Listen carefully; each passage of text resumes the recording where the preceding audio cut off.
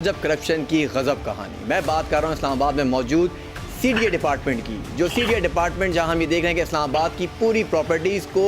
एक under the table one window operation के ज़रिए ऑपरेट किया जाता है। यहाँ पे जितने सेक्टर्स हैं, अगर हम बात करें G7 से लेके G8 तक, G8 से लेके फिर ऑनवर्ड आगे आप चले जाएँ G15, G16, F16, बहुत सेक्टर्स अब डेवलप होते जा रहे हैं। ICT का जो प्लान था वो हमें डिस्टर्ब होता हुआ भी नज़र आ रहा है। इस पर हमने देखा है कि साबिक चीफ जस्टिस ने नोटिस भी लिए हैं, कार्रवाइयाँ भी आगे बढ़ी हैं, लेकिन नतीजा कुछ हमें नज़र नहीं आया, क्योंकि सीडीए में मौजूद मुलव्विस वो अफसरान जो ड्राइवर से लेकर और ऊपर डायरेक्टर लेवल तक करप्शन करते हैं, इनके तमाम शवाहिद, इनकी तमाम चीज़ें अब रिकॉर्ड पर आ चुकी हैं और बहुत कोशिशें की जा रही हैं कि किसी तरह रिकॉर्ड को रोका जाए। मुस्तकिल खबर दबाने की भी बातें की जाती हैं, लेकिन जो खबर अब आएगी ना वो दबेगी ना वो रुकेगी। हम ये देख रहे हैं कि सीडीए में रिसेंटली तौर पर कॉर्जेंडम के नाम पर जिस तरह फाइलों का ट्रांसफ़र किया जा रहा है, कॉर्जेंडम की वो फाइलें जिसका रेट कुछ और तय होता है, फिर इन फाइलों को तब्दील करके आगे ले जाया जाता है। फिर स्पेशली अगर हम बात करें इस वक्त I10, I11, I12 की, तो जिस तरह वहाँ सब सेक्टर्स में डिस्ट्रीब्यूशन मनमानी कीमत पर अपने लोगों को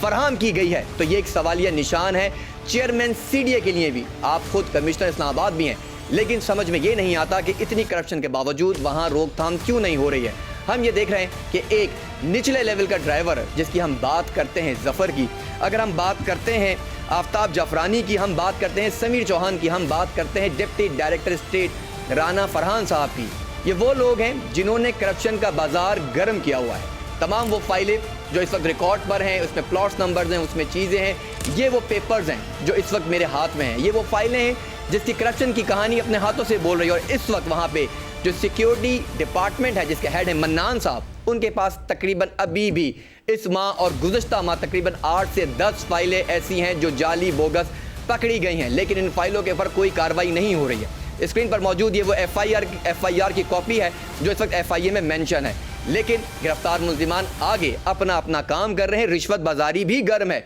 हम ये देख रहे हैं कि समीर चौहान जैसे सीडीए में मुलव्विस अफसरान वो आखिर करोड़पति कैसे बन गए, नैब क्या कर रहा है, इन सब की मनी ट्रेल का हिस्सा कब और कैसे लिया जाएगा। राना फरहान साहब की अगर बात करें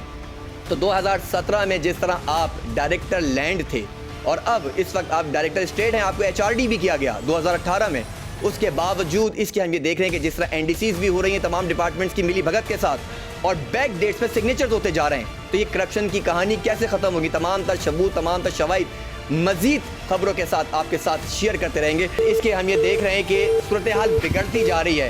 कि सरकारी अफसरान के तबादले रूटीन का मैटर है, लेकिन करप्शन में मुलव्विस वो अफसरान जिनको HRD किया जाता है, जिनके ट्रांसफ़र किए जाते हैं, जिनको सस्पेंड किया जाता है, जिनके खिलाफ इंक्वायरी लगी होती है, उनको भी दोबारा से मनपसंद डिपार्टमेंट्स में ट्रांसफ़र किया जाता है। और फिर ये वो पेपर्स हैं कि जिसके ऊपर ये देख सकते हैं कि बैक डेट्स के ऊपर राना फरहान ने सिग्नेचर्स करके NDCs कराई हुई हैं। NDCs के लिए 4 डिपार्टमेंट्स प्रॉपर्ली इन्वॉल्व हैं। फिर हम ये इसमें ख़ास तौर पर अगर हम देखें, इरफान खान साहब भी मौजूद हैं, उनकी मौजूदगी में सारे काम हो रहे हैं, लेकिन निचले लेवल के कारिंदे उन्हें सरकारी मामलात में उलझा कर खुद ब्यूरोक्रेसी जो है वो अपनी अय्याशियाँ कर रही है, या फिर रिपोर्ट से बचने के लिए रिश्वत बाजारी गर्म की हुई है। बहरहाल